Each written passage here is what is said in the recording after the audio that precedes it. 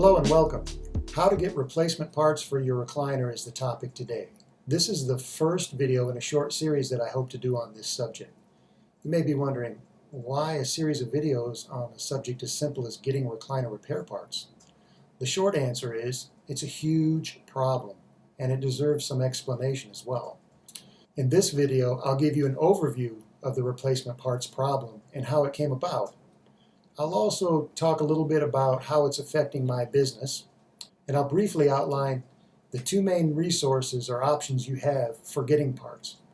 In future videos in this series, we'll take a closer look at how to track down those parts, and I'm going to walk you through that step by step using the method that I use to try to get parts for my customers.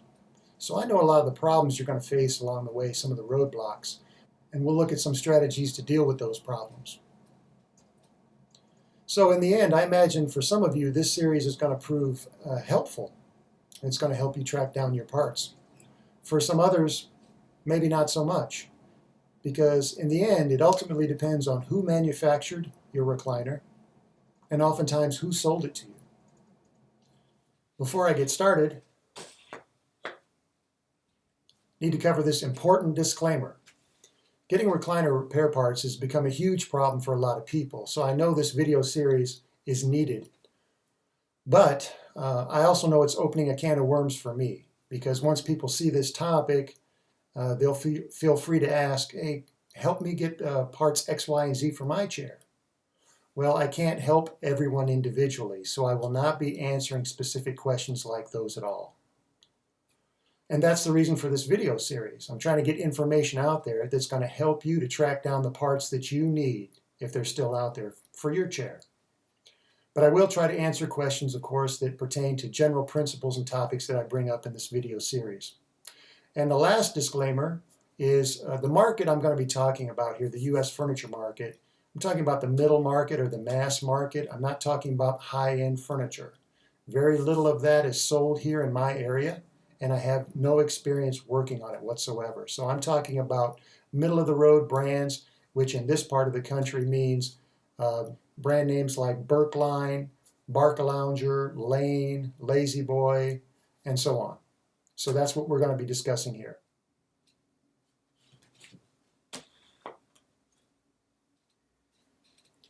I hear from people through my website on a regular basis that are having problems getting recliner repair parts.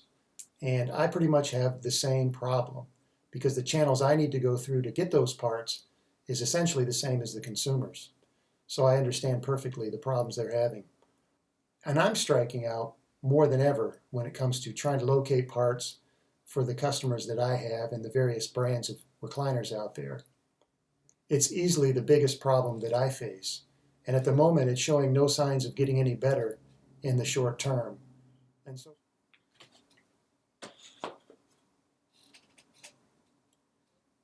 So how did all this come about? Why is it so hard to get recliner repair parts? Well, let's put this in perspective and look at an example. If I need a part for my car or my truck, obviously there are auto parts stores everywhere. So all the common parts that I may need, I'll likely be able to find there. But let's say I need a specialty part, something unusual. Well, then I have the option I can maybe go to the dealer, try to find that part. Or if I need something really obscure that goes back many, many years or what have you, there's always a chance there might be an online seller that specializes in those types of parts that I can try to find online. So now let's compare that with recliner repair parts. Well, obviously there is no recliner parts store, or furniture parts store for that matter. So right away we're forced to look to the dealer and sometimes the manufacturer in order to get those parts.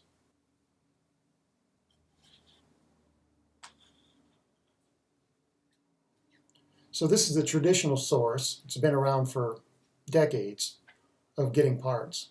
And it's not working for a lot of people today, quite frankly. People are coming up empty-handed when they go to these traditional resources. A couple of quick examples. I hear a lot from people that say they have a name brand recliner, but when they contact a dealer, they're often told, you know, you didn't buy your chair here, so we can't help you with parts. I've seen other people that complain that they bought their furniture at a department store, and let's say it's an electric reclining sectional. A couple years down the road, maybe the power supply goes out or they need a new activation button. They go back to the department store and say, can you help me with parts? And the store essentially says, no, we can't help you. So there are plenty more examples out there. And this is the problem. When this is the number one resource and people are striking out trying to get their parts that way, it causes a lot of problems for everybody. And was it always that way? No, not at all. But we have to go back a number of decades to when the furniture market here in the U.S. was healthy. Back at that time, quality was good, the competition was good, and of course the profits were good. But a key point here, back then, customer service was real important to companies, and things like how to get you the parts you need.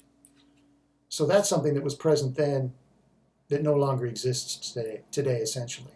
So let's move ahead to when the cheap imports flooded the furniture market here in the U.S. from Asia, primarily China. Obviously, the furniture was made by cheap labor and oftentimes poor construction as well. And I can say that because I've seen that firsthand since the 90s. I've seen my fair share of frame failures on imported furniture. So I'm not saying all of it was cheaply made or is cheaply made, but certainly it was or is a large percentage, large enough to have an impact on the market here. So how did they manage to sell this lower quality furniture in the U.S.? How did it manage to compete with the makers at that time that were making a good quality product? Well, you can look to resellers, okay? People that buy low and sell high. Resellers don't need a manufacturing facility. So there's no payroll, there's no insurance that goes along with that. None of those expenses exist. And if they can get a good deal on the shipping, really all they have to come up with is warehousing space and some stores to sell their merchandise and goods. So it was a good deal for them. So the resellers were happy. But what about the consumers? Well, when you look at an upholstered sofa, you can't see through it to see what type of frame construction it has.